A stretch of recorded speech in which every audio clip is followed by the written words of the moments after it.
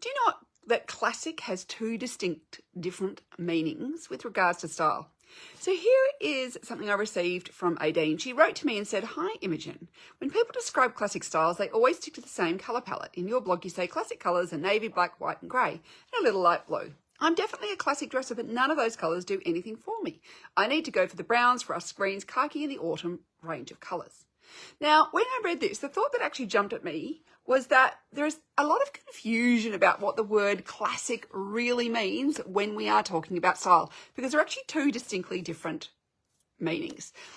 So we talk about classic with regards to fashion trends, fads, and classics. So a fashion classic is a garment that doesn't change much over time. So it's going to last for a long time in your wardrobe. So there's nothing particularly extreme about classic garments. So some examples of classic garments would be a camel trench coat, which pretty much have been the same since they were first invented back in the 1930s or whenever it was that they were invented. So that is a classic garment. You can basically get a very similar version right now as what you could get, back 10, 15, 20, 30, 40, 50 years ago. Another example would be a blue and white striped Breton t-shirt, which Coco Chanel made popular, taking it from what sailors wore. Breton t-shirts don't change hugely much. Maybe a little bit about the cut of the t-shirt might change sometimes, but, pretty similar, decade after decade. Not much change goes on. So these are two garments that we could be described as classic because they do not change much. So they are classic as far as a fashion trend goes. So trend garments change a bit more. So jeans, as much as they are classic in a way and that there's always jeans around, the style of jeans changes quite a lot. So, you think about in 2000 when we were wearing boot cuts, by 2010 we'd started wearing skinnies.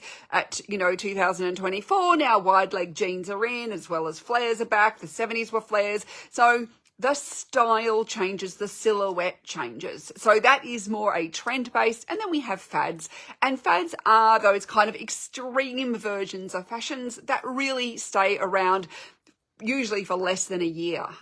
They are usually something that is hard to be worn by the majority of people. And that's why they don't hang around. That's why they don't turn into trends, because more people find them less flattering. They don't feel as good in them, like the extreme oversized blazer would be an example of a fad.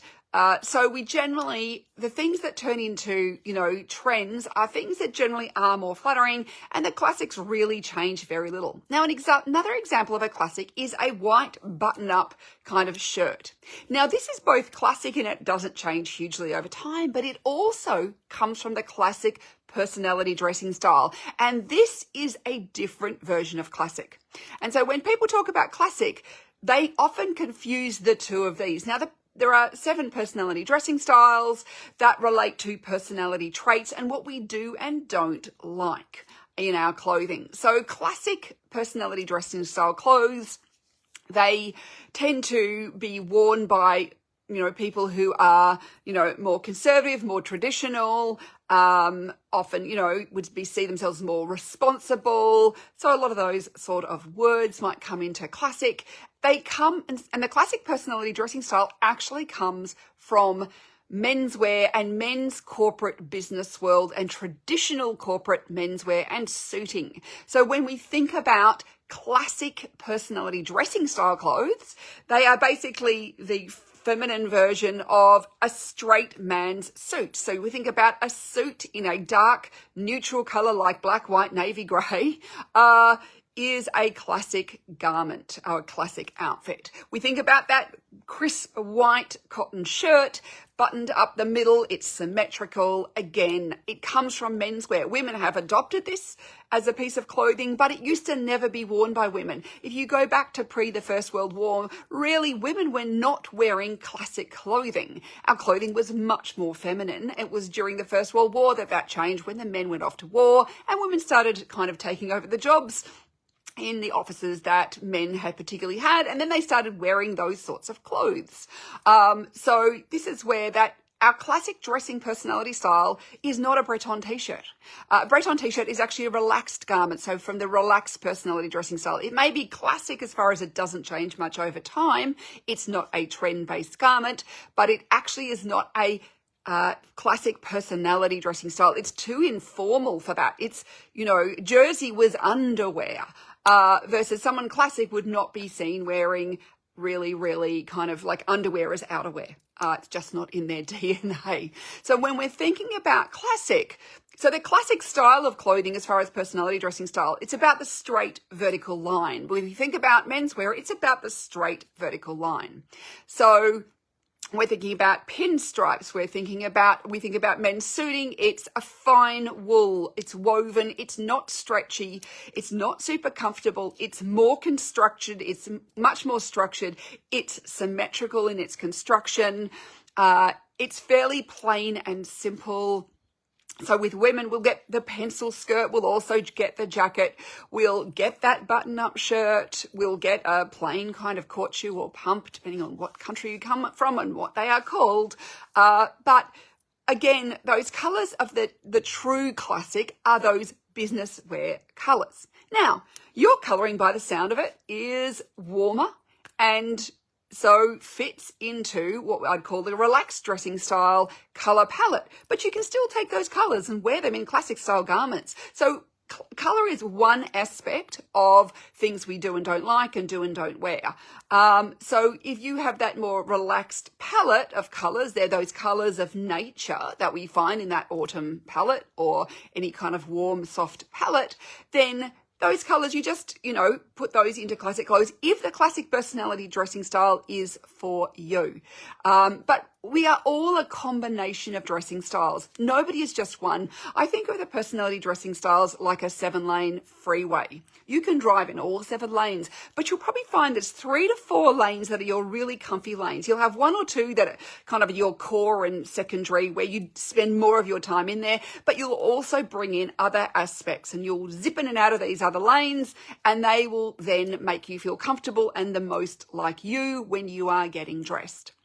So personality is really important because it tells us what we do and don't like, from prints and patterns to construction to the colours we do and don't like. So even with any palette, if you had a more classic, you might have those autumnal colours, but you might go, I'm going to wear my version of navy and my version of grey and my version of white, rather than I'm going to wear the greens and sages and rusts and those other colours, because personality still influences all these sorts of things. So I always think we want to understand there's 2 different sorts of classic. We've got the classic as far as fashion goes, and then we've got the classic personality dressing style, and they're actually 2 different things. The one garment I can really think of that's a crossover would be your, or your navy blazer sort of thing that you might put with your jeans. That is dressing a, classic garment down with a relaxed pair of jeans. And this is what I mean by we're always generally going into more than one lane, because there are different aspects to most garments. Most garments are just not as extreme, or most outfits we can put them together in different ways. So I wanted to clear up that confusion. But the thing is, if your colour preference is one, but your style preference is like, I like those styles, but in these colours, mix them. There is nothing wrong with that. That is absolutely up for you to do.